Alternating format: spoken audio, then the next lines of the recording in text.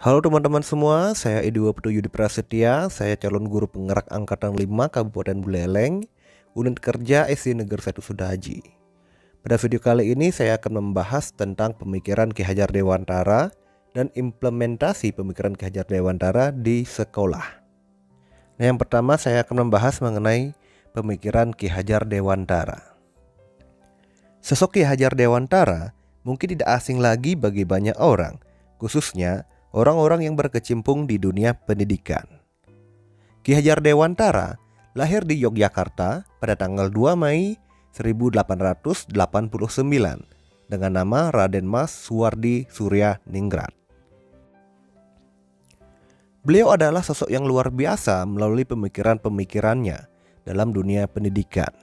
Beliau hadir dalam merubah sistem pendidikan yang merdeka, berbudaya, dan berkemanusiaan. Pemikiran Ki Hajar Dewantara mengenai pendidikan dan pengajaran sangat luar biasa. Bagi Ki Hajar Dewantara, pendidikan tidak boleh dimaknai sebagai sebuah paksaan ataupun tekanan. Ia mengharapkan peserta didik memiliki kedamaian hati, ketentraman jiwa, dan kecintaan pada tanah air menjadi prioritas. Karena ketetapan pikiran, ketentraman jiwa, dan batin yang akan menentukan kualitas seseorang. Ki Hajar Dewantara membedakan kata pengajaran dan pendidikan dalam memahami arti dan tujuan pendidikan. Menurutnya, pengajaran adalah bagian dari pendidikan. Pengajaran merupakan proses pendidikan dalam memberi ilmu untuk kecakapan hidup anak secara lahir dan batin.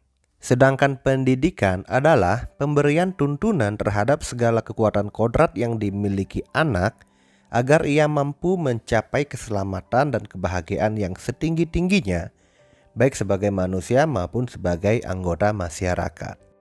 Beliau berkeyakinan bahwa untuk menciptakan manusia Indonesia yang beradab, maka pendidikan menjadi salah satu kunci utama untuk mencapainya.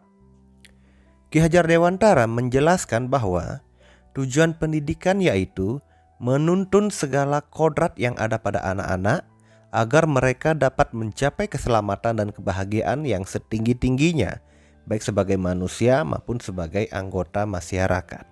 Pendidik hanya dapat menuntun tumbuh atau hidupnya kekuatan kodrat yang ada pada anak-anak agar dapat memperbaiki lakunya hidup dan tumbuhnya kekuatan kodrat anak.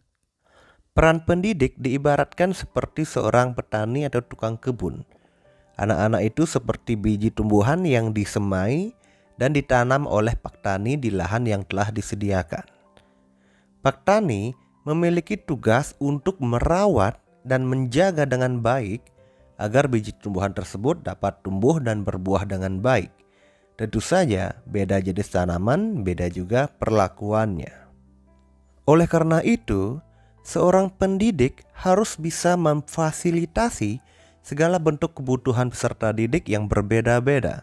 Tetapi, kita juga harus bisa memberikan kebebasan kepada anak untuk mengembangkan ide, bakat, minat, dan juga cara berpikir kreatif siswa. Tetapi, kebebasan itu bukan berarti kebebasan yang mutlak tanpa arah.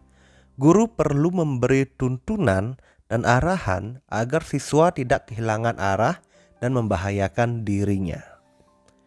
Ki Hajar Dewantara juga mengingatkan para pendidik untuk tetap terbuka, berpikir dinamis, dan mengikuti perubahan-perubahan yang terjadi, namun dengan tetap memilah sesuatu yang dapat bermanfaat untuk diri kita.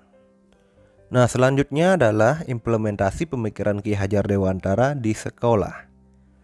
Dalam implementasi pemikiran Ki Hajar Dewantara, yang telah saya lakukan adalah yang pertama, menanamkan karakter dan budi pekerti. Dengan cara memberikan contoh perilaku yang baik dan mengajarkan sopan santun di dalam kelas maupun di luar kelas, karena peserta didik akan meniru segala perilaku kita sebagai pendidik.